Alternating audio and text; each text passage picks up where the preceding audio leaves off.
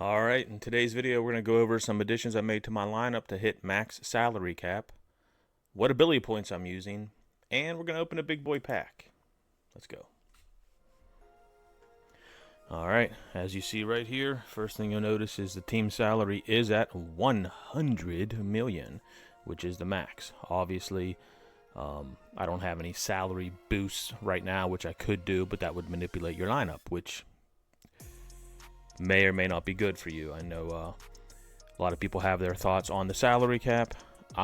Even though I have a God Squad, so to speak, and I have had a lot of higher end cards that I've already sold or still have some I could put in my lineup to go over my salary cap, I actually like this.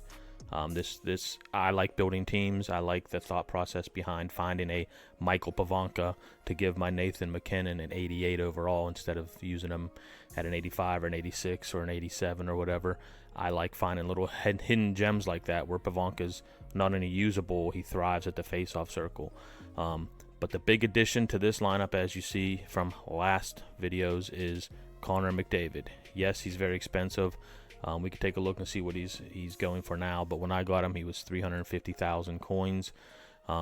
Paired him with Draisaitl and Hemsky to get that +1 overall because I feel like having McDavid with a +1 is more valuable to me and my team right now than a +2 AP or salary, because I can stay at a good team right now at the salary cap that it is. However, if a banger of a card comes out that I want or need and it changes up my lineup, I might need to do that and alter that.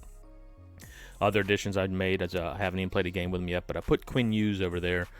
I replaced Morgan Rielly, who ironically enough was my leading scorer. However, he was a top pairing defenseman, so that might have something to do with it, especially in those Superstar Cup chase games. You're going to get a lot of assists with him. And any defenseman I have pretty much assisting to one of these speedsters that we have, whether it was Solani, now McDavid, MacKinnon, even Hemsky and Naslund, they're just going to blow past people, Fedorov, and score goals. So your defensemen by default are going to get a lot of points. But anyways, we got that first line that we talked about in yesterday's video with MacKinnon, Pivonka, Naslund. Great line, +3 overall. Love it. But yes, it's an expensive line to build unless you pull a MacKinnon. Pivonka, his price went up a little bit from 6K to 20K recently. Probably for that 93 face-off or even the 90 face-off. Line 2, we talked about McDavid, Draisaitl, Hemsky. That's going to give us the plus overall of 1. Now, real quick, what I will go into, because I've had some questions, is people are asking how the double dipping works. So, once again, we'll go with the top line because that's and the goalie. But the top line, so up top here, you have a +2 because you have, in this case, Nathan MacKinnon's your Colorado. And then you have Naslund as a Swede and Pivonka as your Czech. So that's going to give you a +2. Now, forget about that. I want to build a team. I want to build a line. I want to build this line. It gives me a +1. So I throw a Canadian. In this case, it's MacKinnon. I throw a Swede. It's Naslund. And I throw a Washington person. It's Pivonka. I get my +1. It just happens to be also one that gives you a +2. That's how you get a +3 in this example. Same thing could be for the goalie. Let's take a look at the goalie here real quick. He's all ability points on the goalie here, so you're going to see that Russian and Rangers happens to be, Henrique's the Swede and the Russian, Vasilevsky's the Swede and Ranger, Vasilevsky's the Russian and the Lightning, and here you go. You get 6 AP on your goalie tandem down here. And obviously, if you're a Ranger fan or you like the Lundqvist card better, you could go out and get the MSP one, throw him in as your starter if you like, and still get that 6 AP boost, which is big considering 99% of the EA NHL population will say goalies don't matter. So if goalies don't matter, then throw anybody in there. Double dip with, there's a couple other combinations. Double dip with your goalies. Get your AP up since goalies don't matter, right? All right. Line 3 is the most common line, which was line 1, and it's probably line 1 for a lot of people. Solani is monstrous. Roenick's great, and then you can have a lot of left-handed Chicago Blackhawks you can put here. It can be a right-hander. You don't have to put a left-hander there, but Bertuzzi's been great for me. And then now, here's the cog in the wheel. Fedorov is an amazing card. I could, but he's a cog in the sense that you can't really get any ability points, salary overall with him. There's only one that really there is you could do something here and get $3 million, which once again, if I get a bigger card up top, I will finagle a lineup down here with him, maybe like I had earlier, like him, Lemieux, Ron Francis, give me +3, but we're putting in higher end cards that could put me over salary cap. But that would give me $3 million down there in addition to my $100 million. So that's something I could do with him. The other thing is, of course, he has the that's it. Yeah, see, he's a cog. I thought there was a Detroit one he could do. Yeah, right here. Okay, he could do 5 AP for Detroit, Philly, and Islanders. So if you need more AP, that's an option too with Fedorov. Other than that, you're going to have a line like this where Fedorov's with a couple other people, no boost whatsoever. But he's such a good card, I had to keep him down there right now on my team. As far as defense goes, Chelios was the one I picked. I did not pick Solani or Fedorov. I picked Chelios first. It didn't matter because I ended up making the other ones, but he's my main man right now. I just now have matched him with Brock Faber. I want someone fast on each line is what I tried to do here, and that's why I went out and got Quinn Hughes to go with Blake, plus they get a +1.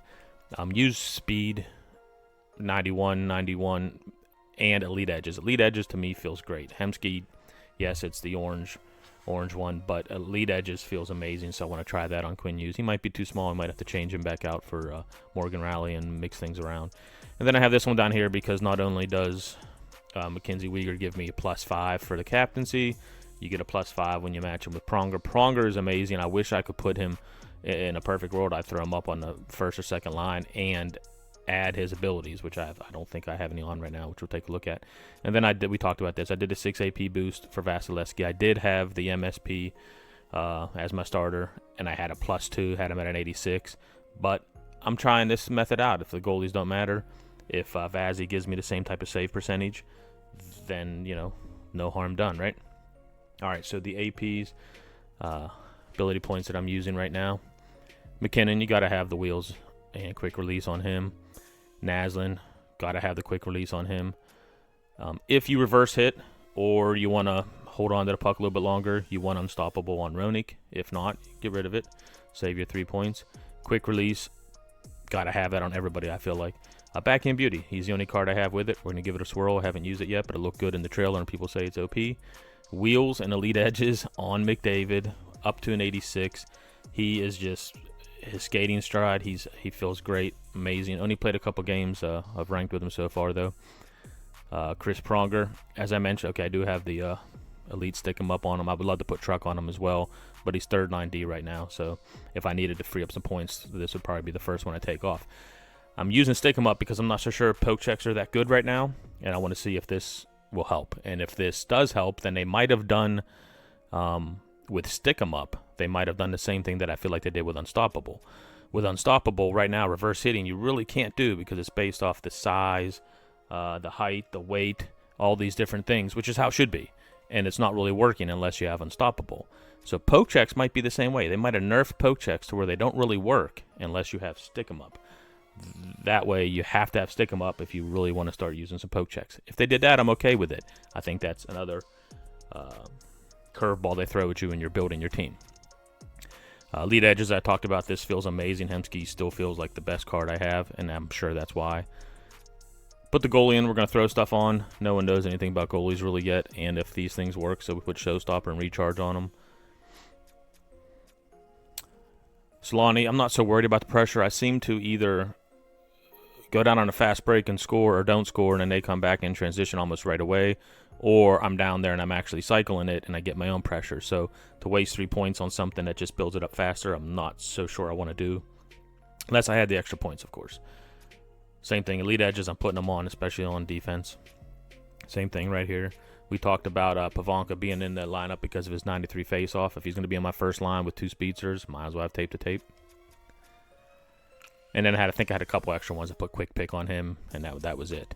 So yes, Wheels would be great and Quick Pick would be great, but right now on my fourth line, can't really justify it, especially because I'm playing my top two lines as much as possible with McKinnon and McDavid.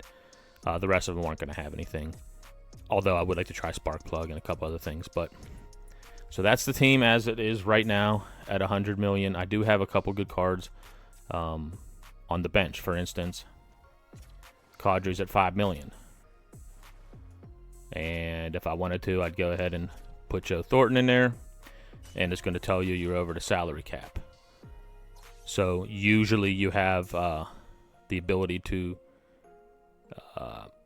continue. So I can hit continue, and this will leave this lineup. But when you go to play a game, it will say your lineup's not correct, and you have to change it.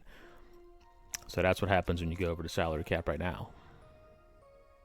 But as we talked about, there are ways to add $3 million to the salary cap, so I could finagle a few things if I needed to. Now, just for funsies, what I did was I constructed a lineup of the current same players I have. Now, of course, I've had Lemieux and a couple other high-end players that I have already traded. I had all the MSPs. A lot of them I've sold or traded or whatever. But just with the current people I have, if I were to make a lineup, not using any of the line player combinations that they've introduced this year, and this was last year's game, for instance, this is what my team would probably look like with the current people that I have. Big difference. I'm going to put Fedorov on the first line between the two speedsters. So instead of being on my fourth line because of the way the lineups are constructed this year, he'd be on my first line. Joe may or may not be here. Maybe Roenick would be up there, or even Draisaitl. But I actually like Joe. He's slow, but I don't care. He's a big tank. Put him with Slonny, who's fast, Naslin. And you see here I'm introducing Kachuk and a couple other players. So things would be a little different if I could use the current cards that I have without worrying about ability points. And on defense, there's a couple big differences of players I'd rather have in there than who I do have. And same with goalie. I'd rather have Logan Thompson than Vasilevsky starting. But you see the salary cap's at $113 million. So this goes to show that if ability points didn't matter and this was last year's game, this would be my lineup. This year's game saying you can't have all those non-base cards, basically, is what they're telling you. And they want you to construct a lineup. And it's refreshing. And like I said, even from someone that can have all the best players, this I enjoy. I like it. Now, with all that being said, let's do our pack opening here. We'll do one big boy pack. See how lucky we can get today. I talked about this in yesterday's video. This pack I'm about to open was crazy the first day, and it's got worse since. Haven't done one in a few days, so let's rip it and see what happens. Not expecting much for the first couple rounds, even when they were juiced. It was the third and fourth round I was getting my big boys in. Yeah, none of these are going to do anything for me, so.